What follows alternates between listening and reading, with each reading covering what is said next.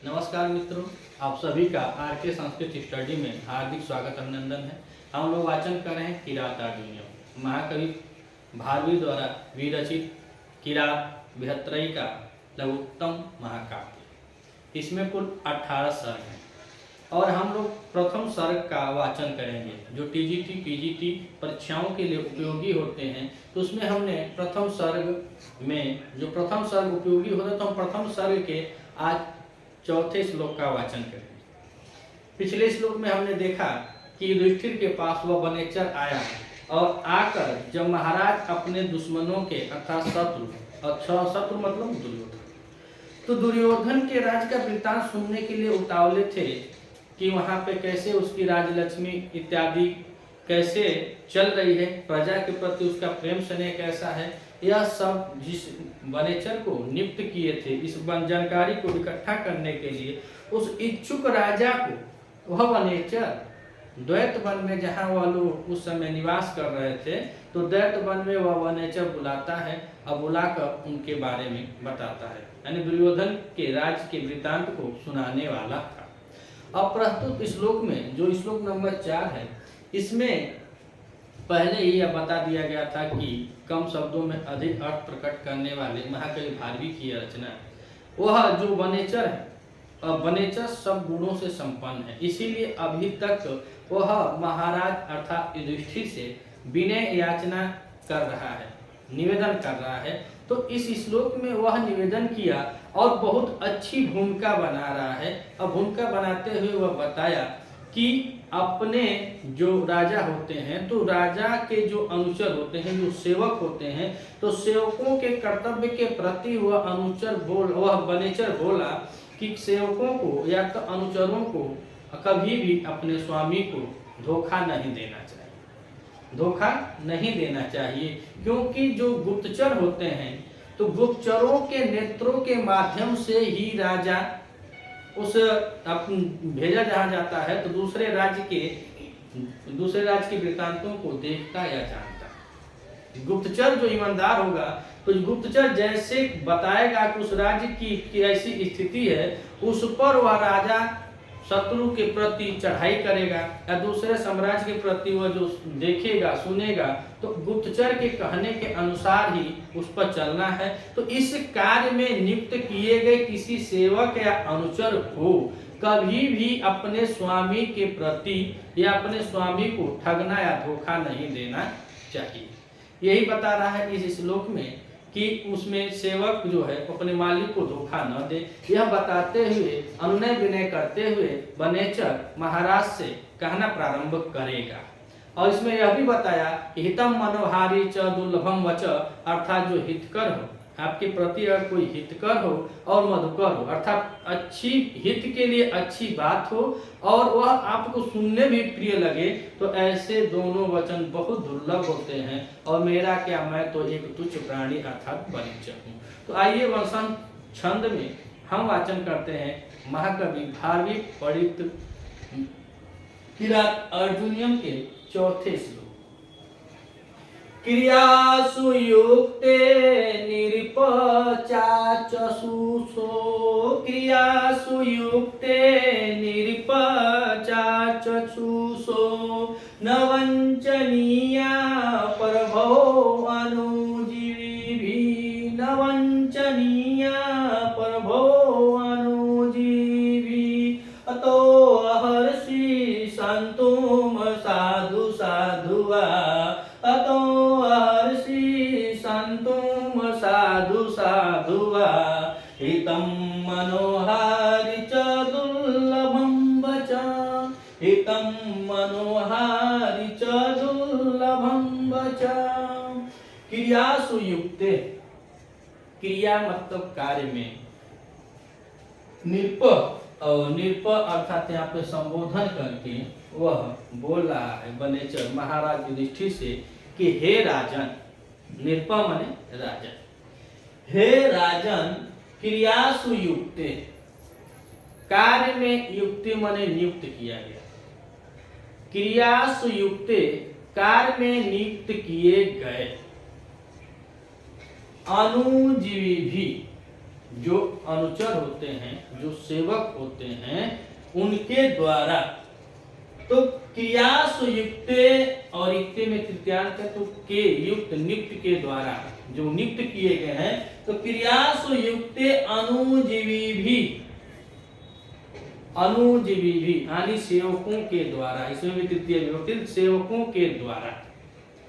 तो क्रिया में नियुक्त किए गए सेवकों के द्वारा प्रभो अर्थात होता है स्वामी, प्रभो माने स्वामी को, तो अपने स्वामी को चाचचूसो अर्थात गुप्तचर रूपी नेत्रों वाले न वंचनीय, ठगा नहीं जाना चाहिए या धोखा नहीं देना चाहिए।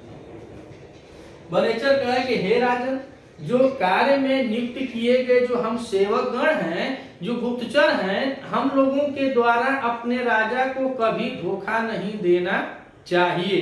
गुप्तचर अर्थात वो सेवक जो गुप्तचर था, और गुप्तचर मतलब उनकी आंखों से, जिनकी आंखों से देखा जाए तो अब गया कौन था?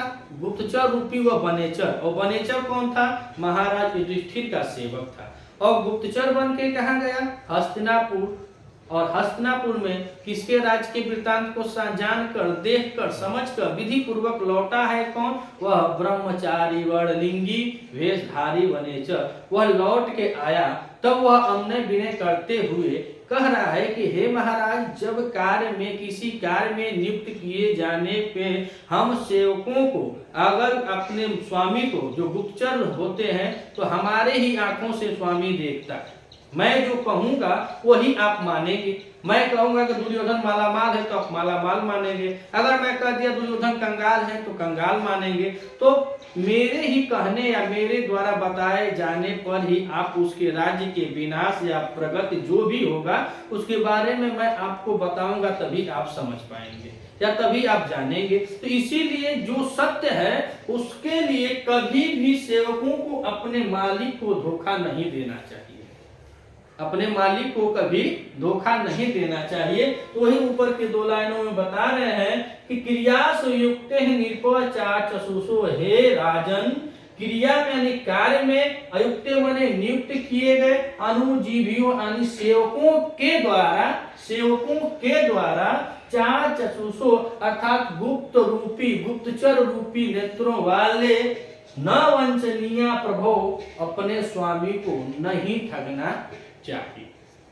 फिर नीचे कर रहे हैं, अतो अहर्षि असंतोम साधु साधुवा, अतो अहर्षि, अतः इसलिए, कह रहा है कि इसलिए असाधु साधुवा, साधु माने प्रिय, साधु माने प्रिय, असाधु माने अप्रिय।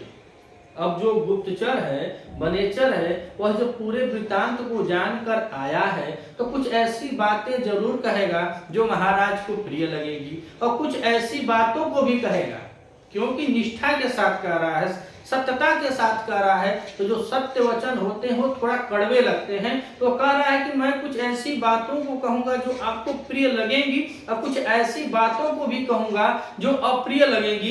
इससे पहले अप्रिय और प्रिय बातों के बीच में, हे महाराज, मैं आपसे क्षमा प्रार्थी हूँ, मुझे आप क्षमा कीजिएगा। तो ही कह रहा है कि असाधु साधुआ, प्रिय अप्रिय बातों को, अप्रिय अथवा अप्रिय, वह माने अथवा, असाधु माने अप्रिय, साधु माने प्रिय, वा माने अथवा, तो अप्रिय अथवा प्रिय दोनों बातों का रहा है कि अतः माने इसलिए, असाधु माने अप्रिय, साधु माने प्रिय, वा माने अथवा। अप्रिय अथवा प्रिय बातों को मैं जो कहूंगा, अतः इसलिए प्रिय और अप्रिय बातों को जो कहूंगा, अहर्षि संतुम, आप हमें क्षमा कीजिएगा, आप हमें क्षमा कीजिएगा। क्षमा प्रार्थी हूँ, और क्षमा मांगता है कि मेरे द्वारा कही जाने वाली जो वचन है वह आपके हित में प्रिय भी होंगी, अप्रिय भी होंगी, तो उसके लिए आप मुझे क्षमा कीजिएगा।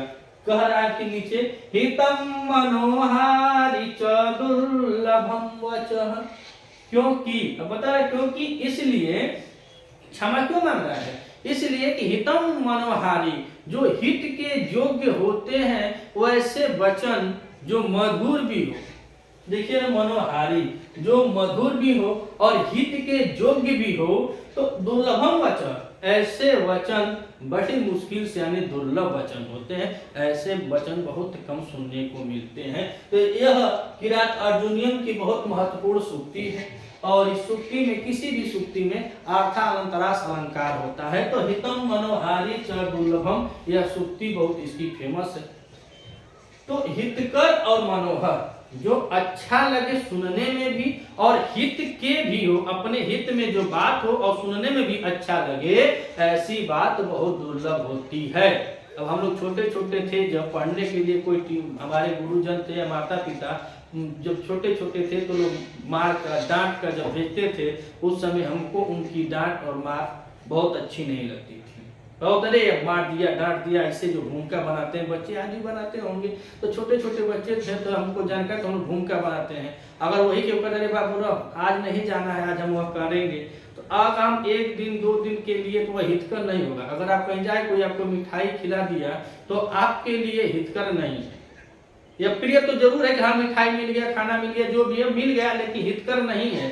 और जो हितकर होता है वो प्रिय नहीं होता है। जैसे मामा पापा मम्मी का डांट, गुरुजनों के द्वारा जो छड़ी उड़ी खाया होगा वह जानता होगा, तो ऐसे वह हितकर नहीं होगा। तो वही दोनों बातों को बता रहा है कि हितम मनोहारी च दुर्लभम वच, हितकर और मधुर वाणी दोनों बहुत दुर्लभ होते हैं। तो आइए हम वाचन करते हैं, फिर से देखते हैं ऊपर से। क्रिया सुयुक्ते निरपचा चचुसो न वंचनीया प्रभो अनुजीवी। हे राजन, कार्यों में नियुक्त किए गए अपने सेवकों को, जो गुप्तचर रूपी सेवक होते हैं, उनको अपने प्रभु माने अपने स्वामी को न वंचनीय, नहीं ठगा जाना चाहिए। नीचे कह रहा है, अतो महर्षि संतुम साधु साधुआ, अर्थात इसलिए, अतः इसलिए मुझे आप क्षमा कीजिएगा, क्योंकि असाधु साधु मेरे द्वारा प्रिय अथवा अप्रिय दोनों वचनों को बोला जाएगा, इसीलिए आप हमें क्षमा कीजिएगा। फिर नीचे से कहा गया है, हितम मनोहारी च दुर्लभम वच, जो हितकर होते हैं और मनोहारी होते हैं, जो मन को भी प्रिय लगे और अपने हित में भी हो, ऐसे वचन बहुत दुर्लभ होते हैं। वीडियो अच्छी लगी तो लाइक और कमेंट कीजिएगा। मिलते हैं अगले वीडियो में, तब तक के लिए नमः संस्कृत।